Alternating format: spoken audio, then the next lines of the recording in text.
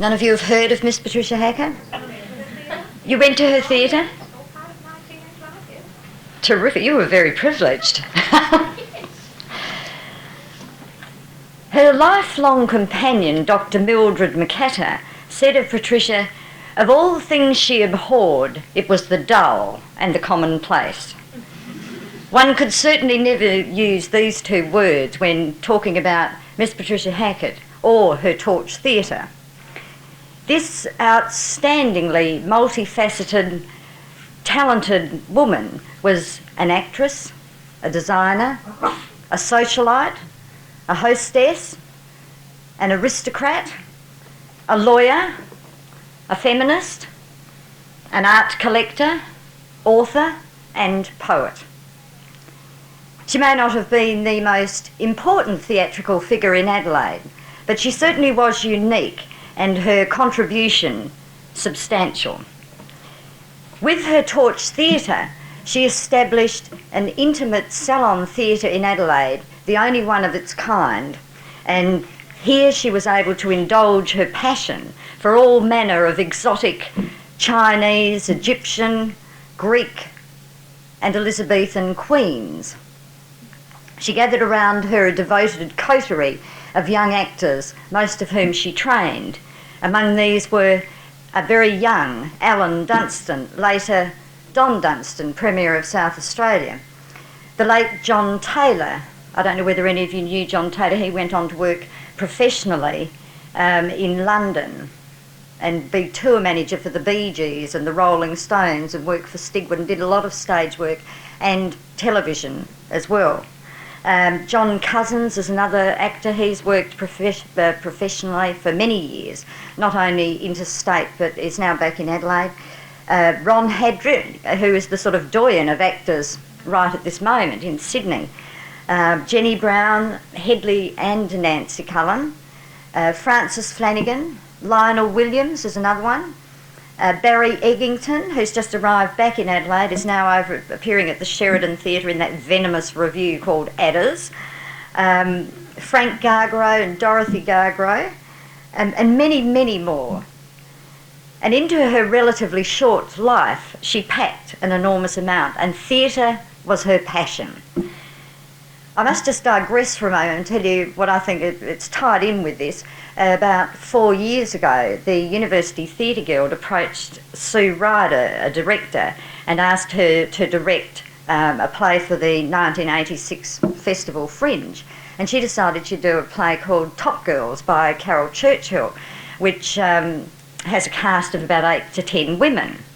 And the Theatre Guild wrote away for the amateur rights for the play, which they got.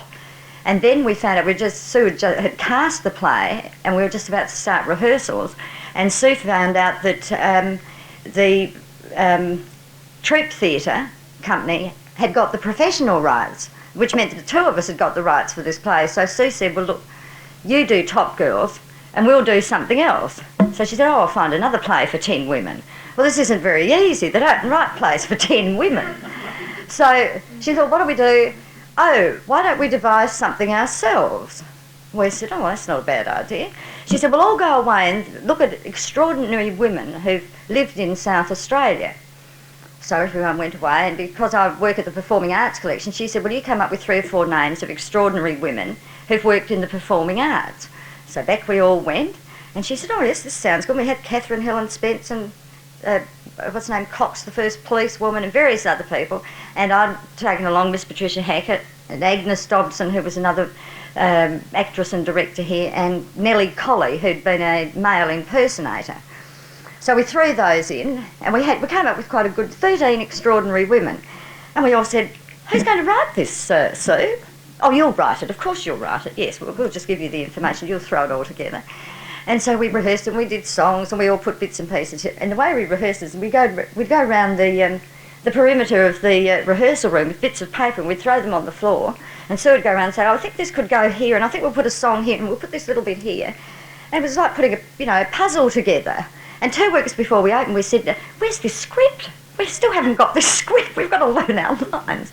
And so he said, oh, well, that's all right. Well, I'll just use all those bits you've written. You know, we've all written. So we all wrote our own bits, as it turned out, much to our amazement.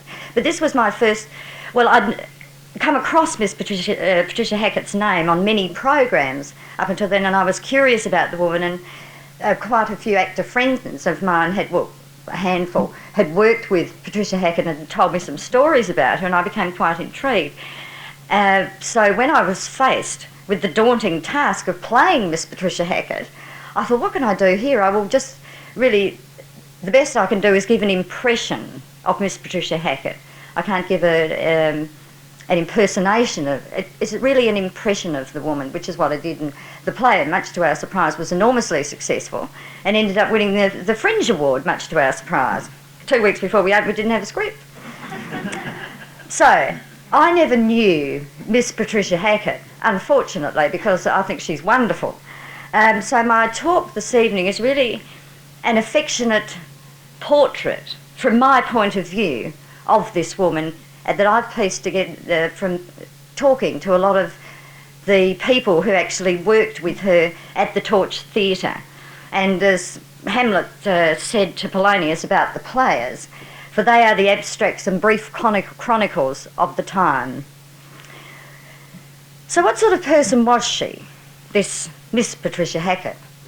Well, first of all, she was an aristocrat. She was also a twin. She was born to Sir Winthrop and Lady Hackett in 1908 in Perth.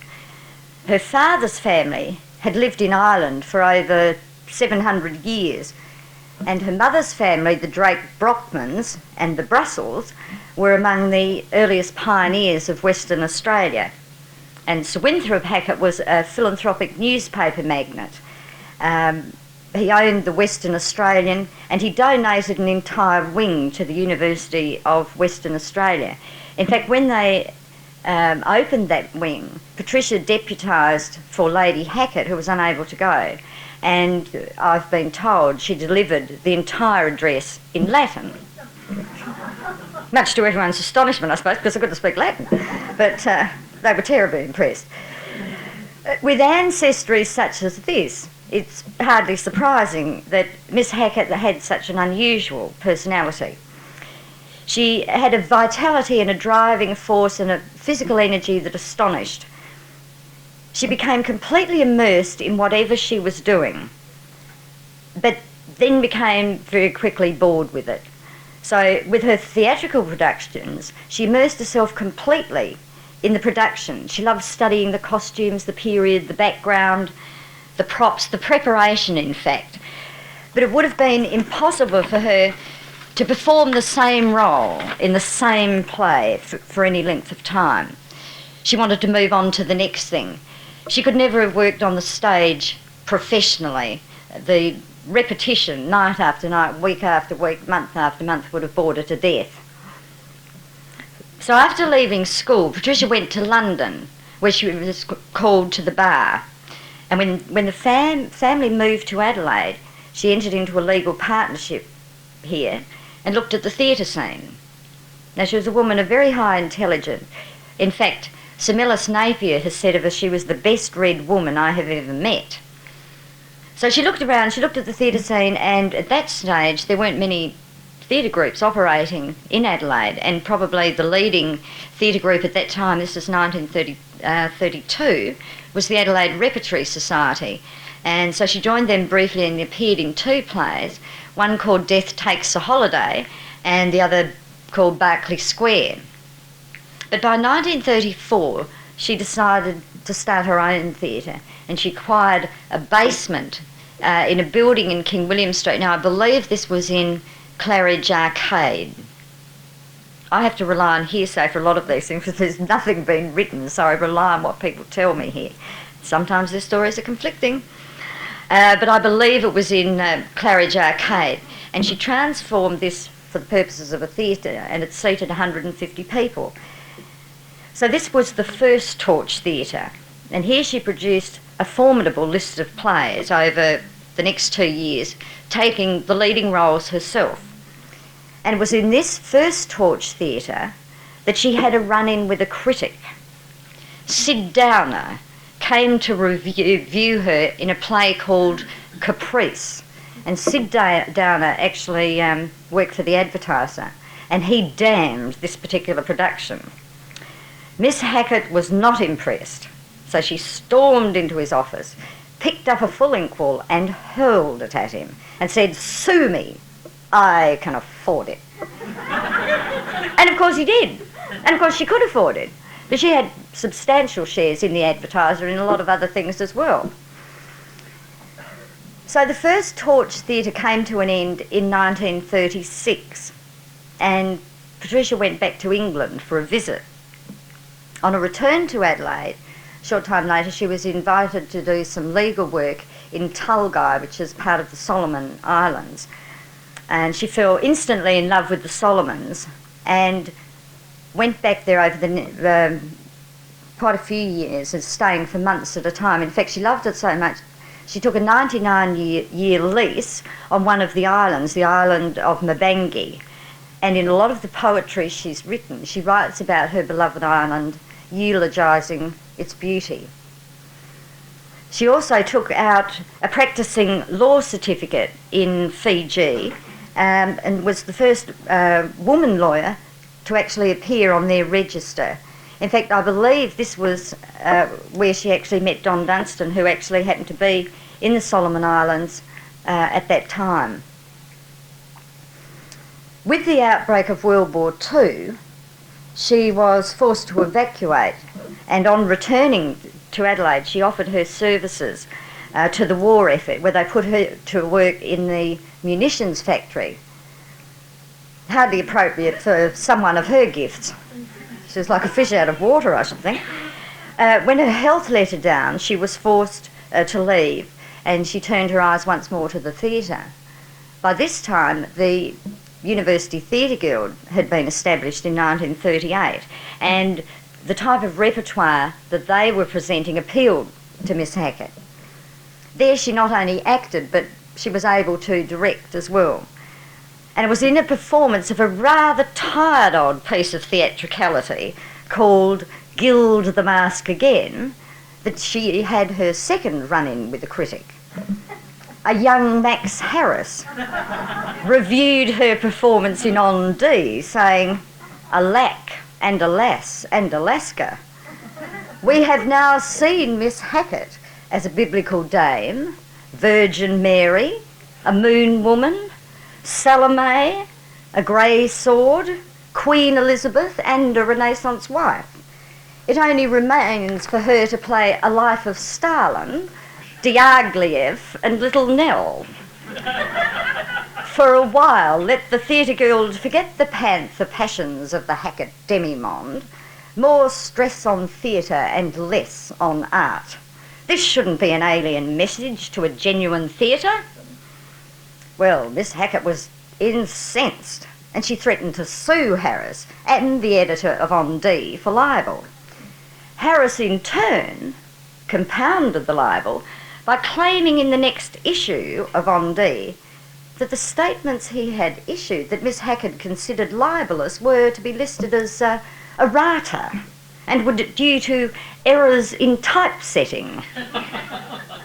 Max Harris at this stage was fresh from the Ern Malley scandal.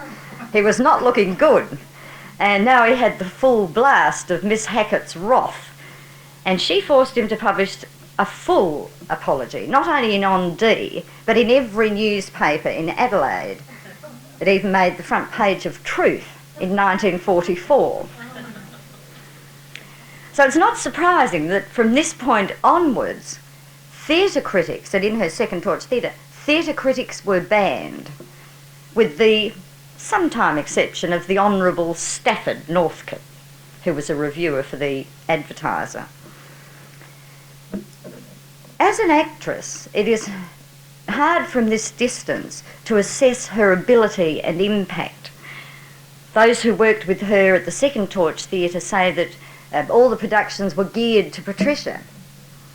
They all speak of her beautiful voice and her marvellous presence on stage. In a play called The Old Ladies, the actor said you could almost the audience said you could almost smell her. You know, it was fantastic. She was capable of doing amazing things. In the Chinese epic, The Motherly and Auspicious, which she did 3 or 4 times, that play was one of her favourite plays, she went from a young girl to an old woman most convincingly. The late Colin Ballantyne, the director and also founding chairman of the Performing Arts Collection, has said of her, and I quote, "Miss Hackett had certain distinctive acting qualities in her own performances that made much of her own work unique. Her concentration was remarkable to watch. It operated almost in textbook style, as pure circles, sometimes large and at others small. She could hold the gaze of her entire audience by her intensity of thought. She moved softly, even gently, about the stage area using a gliding step. Her gestures were serenely disciplined, again forcing the spectator to watch her more closely.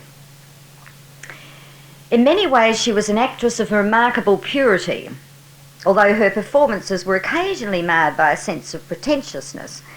This came, of course, in being her own director in plays with heavy lead roles played by herself. She was unable to step outside the acting role and see what would offend her audiences and what would improve her characterisation. Above all, Miss Hackett made of the theatre a ritual observance. The hard properties were treated as the candle and chalice might be on the altar, as sacred objects. She moved amongst them with a mesmeric quality. Engrossed in the performance, we have never again seen anybody quite like her as an actress on the Adelaide stage." End of quote.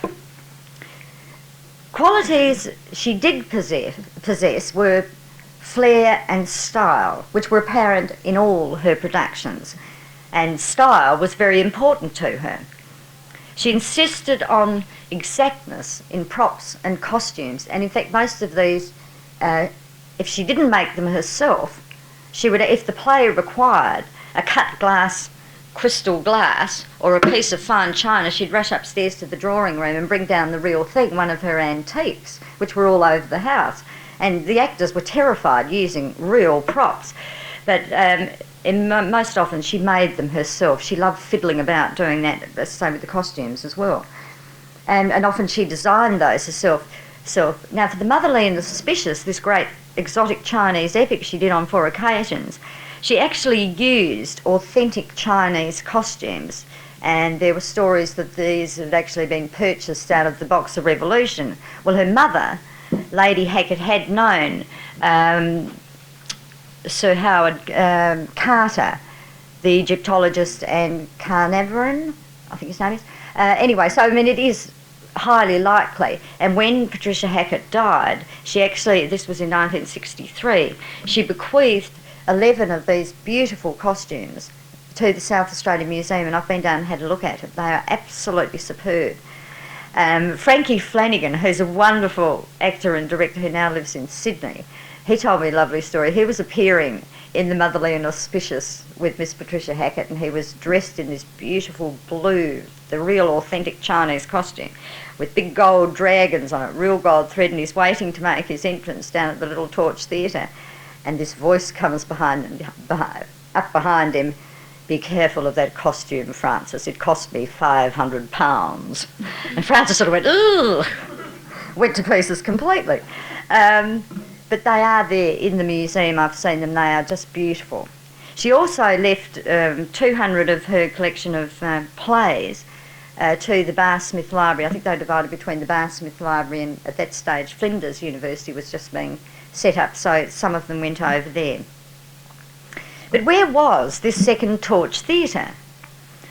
Well, Miss Hackett and Dr. Mildred McAtter, who, Dr. McAtter was actually an anaesthetist and some 25 years older than Patricia, but they purchased an old distillery in Hackney Road and decided that the cellar below, which the distillery part could be adapted to a theatre. So they set about converting that into a theatre. They put tan bark on the floor and they hung curtains across a small stage area. There was some difficulty with the lighting board, which was put out in the corridor. It sort of had an ambulatory around the actual theatre area. So they had the lighting board out in the corridor, which made it very difficult for Hedley Cullen, who usually operated the lights, because he couldn't really see the stage, couldn't see what was going on. So he'd have to make a guess and sort of run to the door or run up to the back, you know, in between where the seats were. I'll show you when I show you the slides, to see what was going on. However, he managed with some stunning lighting. But the theatre itself actually only seated 40 people in steamer chairs, and they had a sort of an aisle down the centre. So it was a very intimate theatre. And I mean, she didn't advertise this in the paper. You or I couldn't have just rocked along and said, oh, you know, Pat Hackett's doing a play, we'll go along and see it tonight. I mean, you really had to be invited, or you had to be a member of this theatre group. Certainly if you were a critic, you wouldn't have been rocking along, I shouldn't have think. So it was not open to the general public. She had beautiful lawns outside, and often these would be hung with little Chinese lanterns, and in the summertime they would serve supper upstairs on the lawn under these lovely... It was like a mini Glyndebourne, people have said. But she expected and received total commitment and devotion from her actors. She chose the plays, she took the leading roles, she directed and she designed. Recorded music was never allowed anywhere near that theatre. Musical interludes were mainly supplied by a lady called Miss Jean Cook on the harp, and whose famous catch cry was, because often she'd be sitting there and the lights would go down, they'd expect Jean to be playing in the dark, and Jean would be always screaming apparently, "I can't play my harp in the dark." And there's another lovely story about Jean Cook. Apparently Pat used to give the most wonderful dinner parties, and on this particular occasion Miss Hackett asked all her guests to do a little piece, and if they were singing, which most of them were, Jean Cook would accompany them on the harp, and then Jean actually did a solo piece herself. So when they'd all finished, Miss Hackett said to Jean Cook, "Oh, now I think we'll have such and such again." To which Jean replied, "Oh no, Miss Hackett, I think I've worked my passage this evening." So it was at this second Torch Theatre underneath her own house over the next 6 years that Miss Hackett presented her special kind of theatre. Plays like The Motherleen Auspicious, Thieves' Carnival, Songs of Solomon, another play called The Beautiful One, which she wrote herself, The Old Ladies, and one that was a little bit...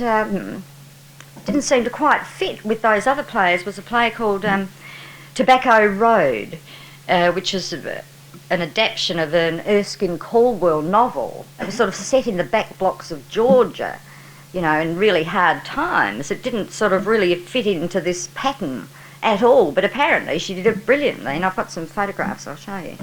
The last time the theatre was actually used was in 1960 for a thing called Legend, which was a compilation of various poetry by a few different people. There was Max Harris and Pat Hackett and one other. I think it was someone called Michael Taylor. And this was presented in the first, I suppose you'd say, Festival Fringe. But that was the last time the theatre was used. So physically, what was she like? What did she look like, Miss Hackett?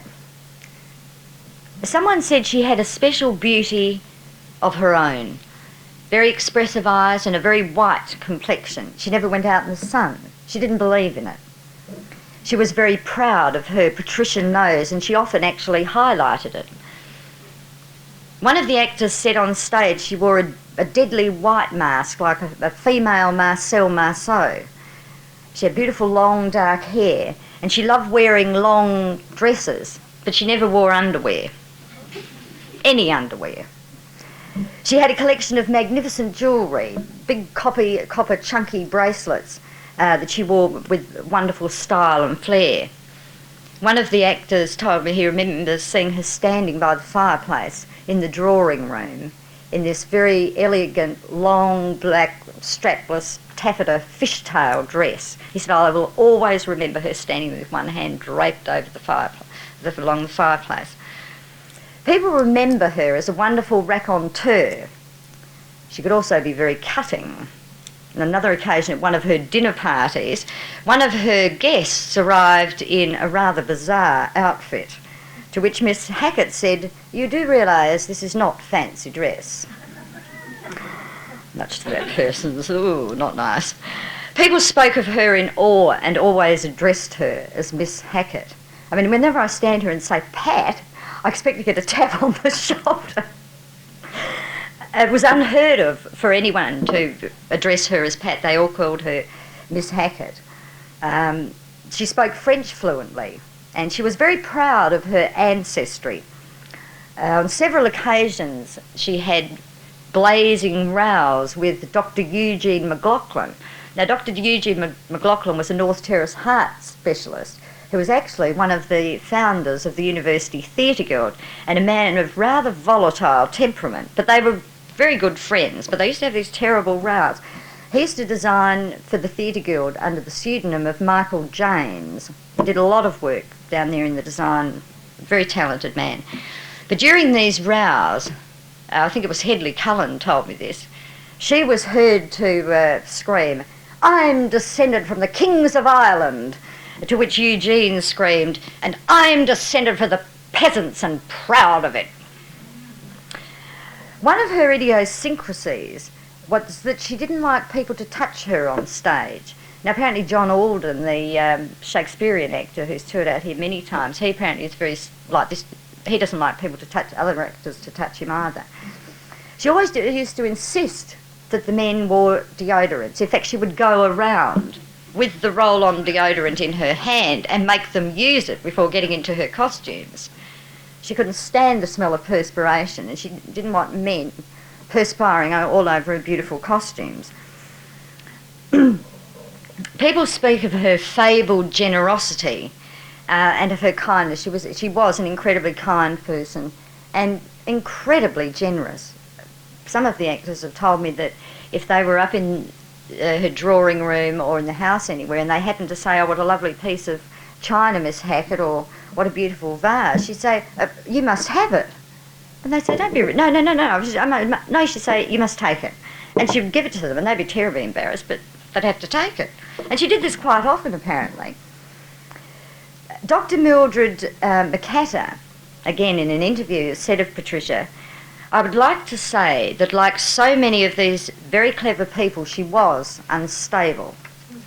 She'd do the thing you wouldn't expect her to do, and then the next time she'd do the thing that she should do." From reading her poetry, I suspect she was manic depressive. This comes through very clearly in her poetry. She's published her own book of verse, 200 copies, in 1932. It was 38. I think it's 30. In 1938. It was published here in Adelaide. It's got some lovely... It's illustrated by a couple of beautiful drawings by Rex Wood. But this comes across very clearly, this manic depression in her poetry. Perhaps it's something she shares with Spike Milligan, who has said of his own poetry, "It is strange, I cannot write poems when I'm normal." And manic depression has been called the genius disease, and she shares this affliction, if indeed this is what it is, with Lord Byron, Virginia Woolf and F. Scott Fitzgerald, to name but a few. The other qualities which emerge from her poetry are an intelligent compassion. And I think what is the strongest feature of these poems is her feminism. It has been said she was a woman out of her time. I'd just like to read you one or two of them because I think you'll find them interesting. This is one called Poor Shadows. Woman born of woman, how sad are your days on earth, hours of increasing sorrow from the painful hour of your birth. First the puling infant, then the thinking child, maturity's flower unfolding its passions fierce and wild, strange desires of the body, stranger searchings of mind, a longing to cast off all trammels, to tear off all things that bind, to feel as part of the mountain, to feel at one with the air, catching the strength of the mountain, the exaltation of air. A thing of might and glory could woman be in her state, but a thing of waiting and serving man has made her fate. Crushed is the high inspiration, killed the burning desires, her heart and her mind but shadows, cold in their dying fires. A woman to bear a woman, a thought of fear and dread, and great, so great was her calling before her hope was dead. This other one is called Rebellion. Money gives you confidence. Beauty gives you confidence. I have neither. I have a good intelligence, that fatal high intelligence, a woman's sadness. Men hate women's cleverness. Their terrifying cleverness makes men look fools. You must not supersede the male, the wondrous idiotic male. It isn't there. What's he done to be exposed, after centuries exposed? Why break illusion? Our life must be apology, a silly, weak apology for mere existence.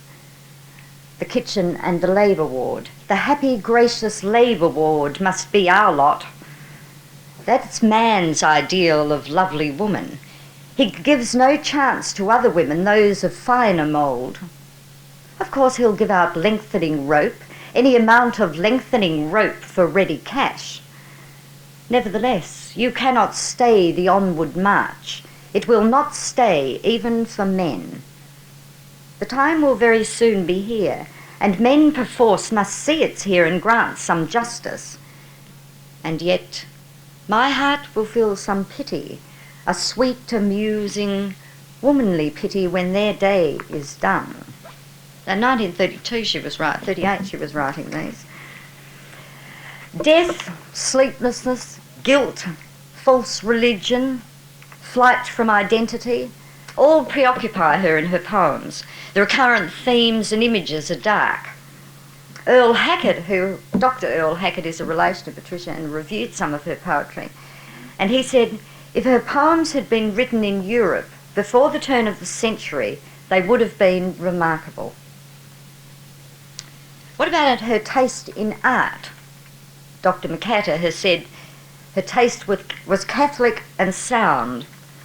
She loved all beautiful things, a picture, a flower, a piece of glass or china, a view from a window, a tree in the park opposite her house, a child at play, a poem, a good film, theatre, music, dancing. And this was reflected in a very fine collection of art she and Dr. McAtter established in their home on Hackney Road, said to be one of the finest private collections in Australia. On Dr. McAtter's death at 95 in 1986, the house on Hackney Road and its wonderful collection of art was bequeathed to the National Trust on the proviso that Mrs. Marchant, their lifelong serving companion and housekeeper, could remain in the house for the term of her natural life. And to my knowledge, she's still in residence. I would think she must be close to 90, because Mrs. Marchant, they bought, or Patricia actually bought to Australia from the Solomon Islands. Mrs. Marchant's husband had been the High Commissioner in South Africa. They'd gone to the Solomons, and then she had come on over here, and she was the housekeeper for Pat and Mildred McAtter till they both died, and she's still there. And when I met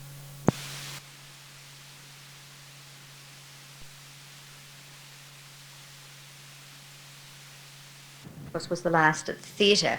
She developed heart trouble and died tragically in 1963.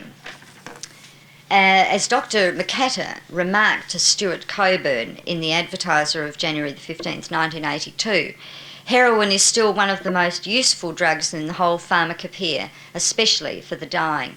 There is evidence to suggest that, I think because of this crippling arthritis that she suffered from, that she was having some form of using forms of drugs, I would suspect, to overcome the pain from this. And if she did indeed develop cancer, I would think it was that as well, to help with that. I think Miss Patricia Hackett was a truly remarkable woman. She was a brilliant lawyer, and for all her noblesse oblige, she championed the underdog in the legal arena. She must be admired for her aspirations, her unquestionable passion for the theatre, her fabled generosity, her arrogance and sensitivity, and her great style and flair. As Dr. McAtter said, she made life worthwhile living because she always had something different in view. She'd never stay still. I feel certain that those who had the pleasure of working with her would echo Hedley Cullen's statement, "Surely all our lives must be a little richer for having been associated with her." Now, if you'd like to operate the slides, I'll just go through a few of the slides. That's that was taken from the Westerly magazine, published in 1965, not long, a couple of years after Pat died. They gave no indication in the magazine where that came from, so I'm afraid I can't tell you. Oh, this is also one of her, as you'll see, it's the 18th of June 1934. Obviously from her first Torch Theatre, assigned, I would suspect, used on the program covers. It's strange, but we've got quite a few programs that have been brought into the collection from the second Torch Theatre, but to date I've seen nothing from the first Torch Theatre. That may have been even a more exclusive audience than the second Torch Theatre. This is Truth of 1944 with the apologetic penguin and Miss Hackett over there. Max Harris Explains.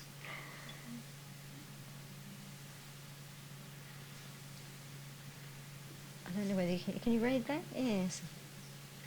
I'm Max Harris of Edward Street, South Australia.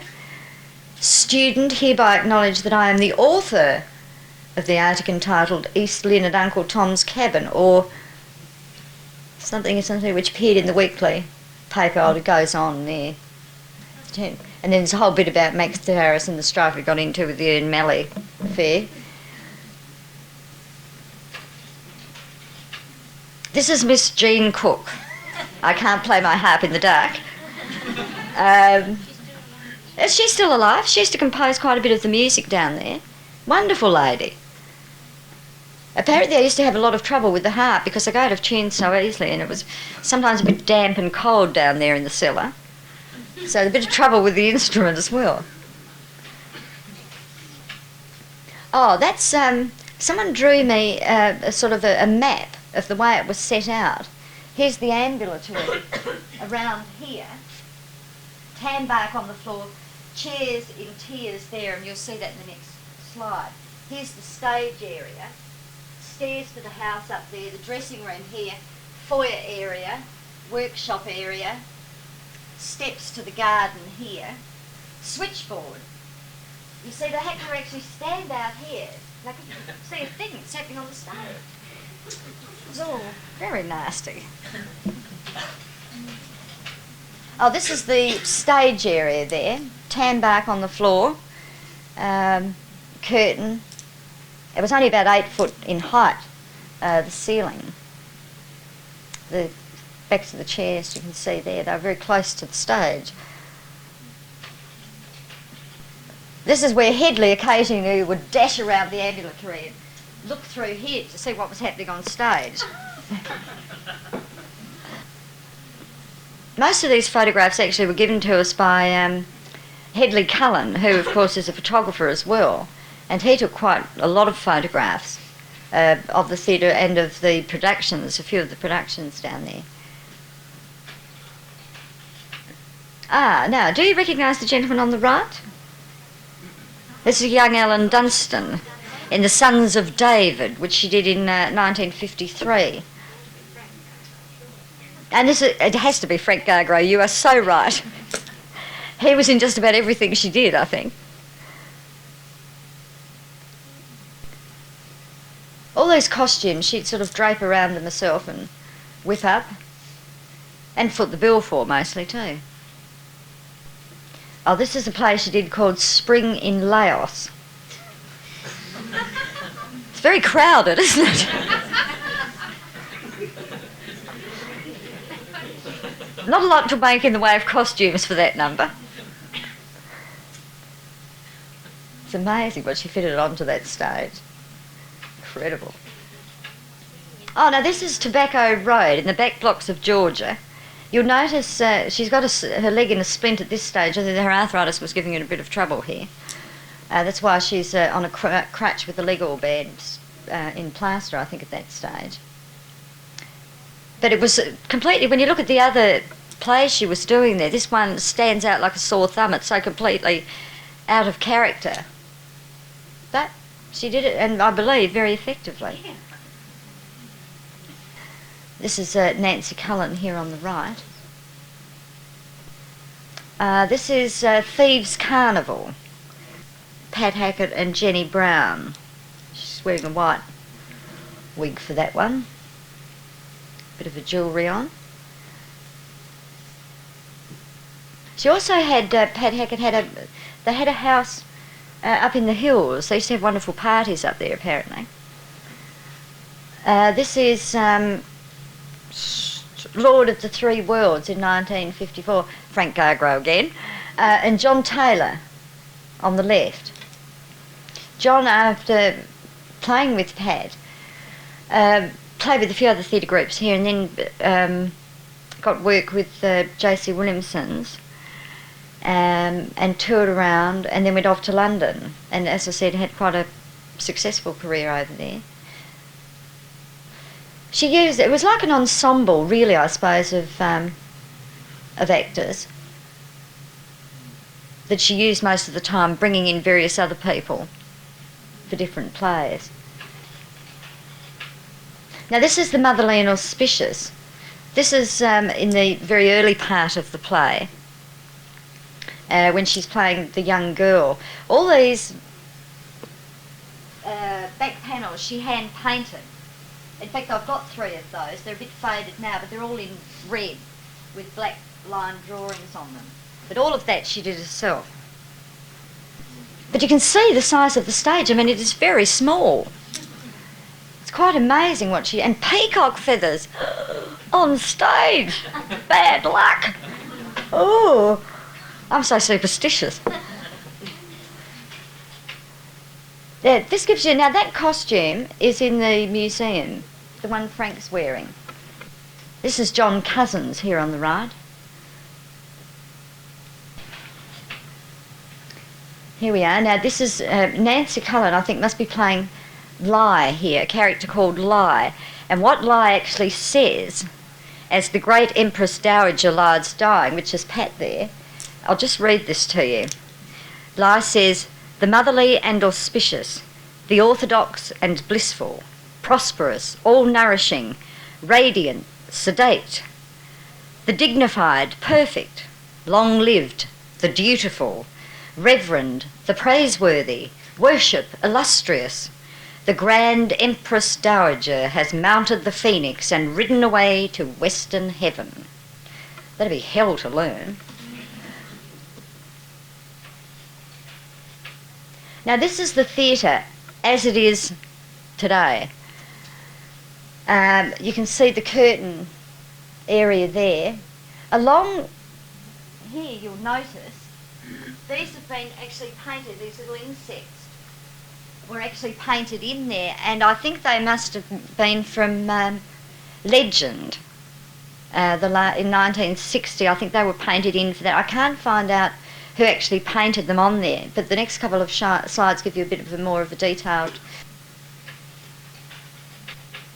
Oh, there's the lighting board. Out in the passageway. I'm glad, look at all that exposed wiring. Long time since it's been used, but I mean, at least it's all marked. Hedley Cullen must have been a genius, I think.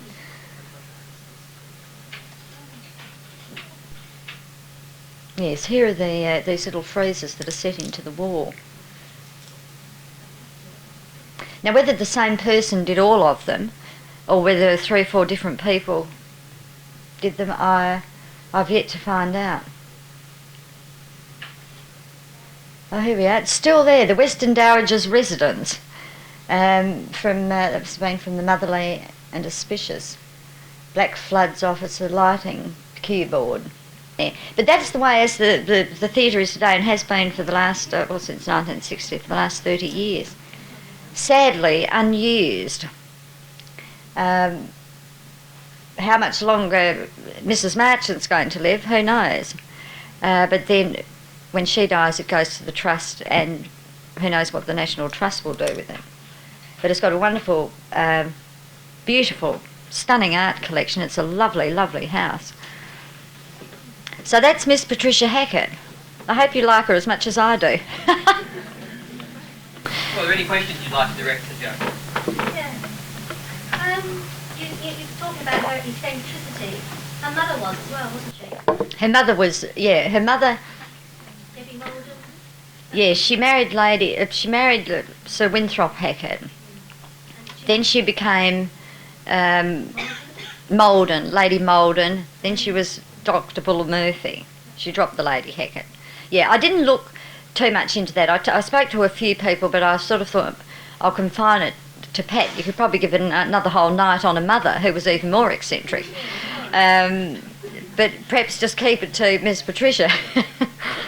But had lots of outstanding features about her as well. Yeah. That she, I think she started the Girl Guides in Adelaide, and she had her own barrel mine, and she the first woman to fly in South Australia. Yeah, she was an extraordinary. Yeah. And she used to walk around the town in rags deliberately, just for the fun of it, even though she was a socialite. Yes, I think a night on Lady Winthrop Hackett would be a nice follow-up, I think. We could all understand then where Patricia got it from. Should ask John Playford to give that talk. Yes, it's a good idea. Can I ask why are the Chinese costumes in the museum rather than the woman? Well, you see, at that stage, this is back in 1963 that she died, where there was no performing arts collection. We weren't established until 1979. So that, at that time, would have been a logical place for them to go. Now, It's like a logical place now. yeah, I think, we have spoken to the museum. They're more than happy for us to display them, should we want to display them or be able to display them. I don't know whether once they've been given to a particular place, you can then take them out and give them somewhere else. So I don't know whether that's possible. But the museum were very surprised to know that they were there. They looked a little bit surprised. There was much more, what? But they are there, and they're in the store that's over at Fullerton, on Fullerton Road there. That's where we saw them over there. In fact, Frank Gargrove did give me another costume. It's not as exotic as those authentic ones. This was not the original, but it's a lovely black and white Chinese costume. And Jenny Brown, who worked down there, gave to the collection an amber bracelet and an amber necklace that Miss Hackett had given to her, that she'd used in a couple of plays. And then Miss Hackett had said, "Oh, you must keep them." So we've got a few things like that, and as I say, a lot of photographs, which are marvellous. Mm. That's the third question. I don't know whether anyone else picked up in there. Did she actually write mentors? I sort of get the impression that she wasn't all that keen on them. I think that's fairly obvious. There was a bit more about her life, Mm? I just wondered if there was a little bit more about her life. She did prefer ladies. I was trying to be discreet by saying her lifelong companion. But yes, she was obviously a lesbian.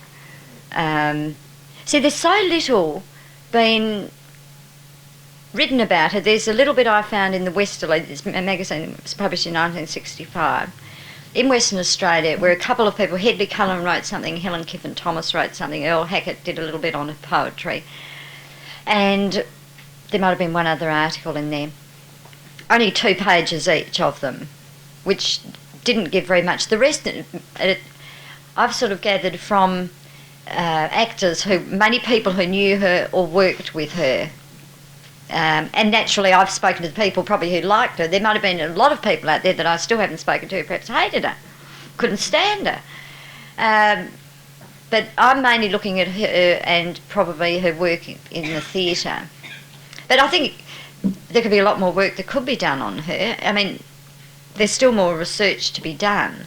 It's, finding the people too who are still around.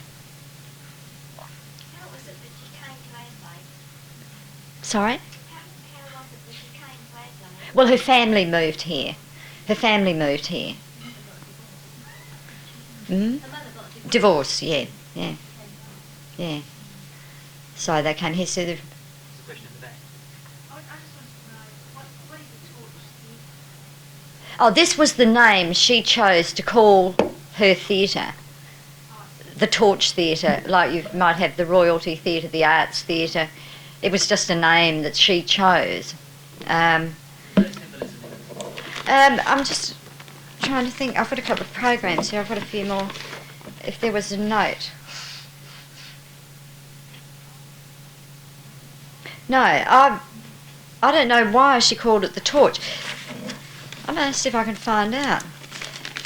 I love the death notice of Miss Patricia Hackett, where they say,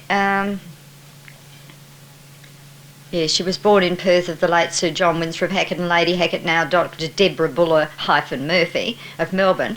Her father was the owner of the West Australian. Miss Hackett, who was interested in the theatre, produced plays for the former Adelaide University Theatre, the Hut, and later established a private theatre, the Torch, at her home. And that's about all it says. Who was interested in the theatre. This is one of the... she actually did that drawing, and she used that on all her theatre programs at the Second Torch Theatre. I only bought a couple in. That one was from the Motherly and Auspicious. That had Lionel Williams in, Frank Gargro, John Cousins. Iris Thomas was another one. Goes on forever, the Motherly and Auspicious. Unbelievable. Any other questions? Yeah. I don't know, Mark. See, now, McKenna died in 86. I've only sort of read in the paper that... Well, I heard that, she left it to the National Trust. Well, they can't do anything while Mrs. Marchant's still there. So whether they've decided to do anything, I really don't know. Perhaps do you know? They have No? actually, they've established a management committee. Oh, have they? Ian Bruce is the chairman of it, which has been having regular meetings, planning for the longer term. But I'm not aware of whether they're making plans for the theatre itself. I am aware that they're making plans for the house. Just ask another question. You said she was a twin. Is the twin still alive? No, now that is all a bit... I mean, I know she definitely was a twin. Somebody told me that there was some hint of trouble at the university in sort of Pat sitting for the one twin's exams and almost got herself expelled, or perhaps did get herself expelled. There was a bit of trouble there. And they also thought that the sister, the twin, died not long after that. Now, I'm not really sure about that. I must find out, but she was definitely a twin.